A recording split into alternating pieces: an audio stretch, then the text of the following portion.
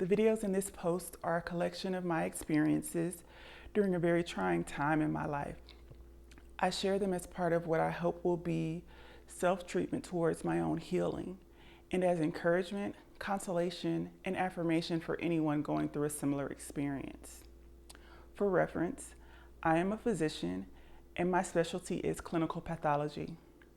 I worked as a faculty member at a historically Black medical school until 2021. At that point, I left my faculty position and entered a fellowship training program in hematopathology at a predominantly white institution in order to expand my practice opportunities. I call this series Triple Threat, and I do so because upon entering the fellowship training program, I perceived that I had 3 potential challenges to contend with as I pursued this opportunity. The first and most obvious, I'm a Black woman, and I'm a Black woman unapologetically so. The second, I struggled with fatigue and feeling less than ideal for many years of my life. For much of that time, I assumed that I was inherently defective, not enough, run down, and possibly lazy. I worked to try to understand what was going on and to try to feel better, and I eventually found out that I have narcolepsy type 2 as well as dysautonomia.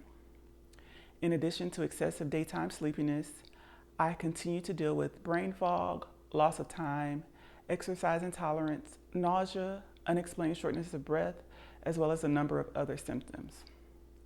The third challenge. I started the program at an advanced age. I graduated from medical school over a decade before starting the fellowship program, and I had worked as an assistant professor for the preceding 5 years. So there you go, a Black woman with disabilities that decided to go back to training after having been out of the game. I was a triple threat.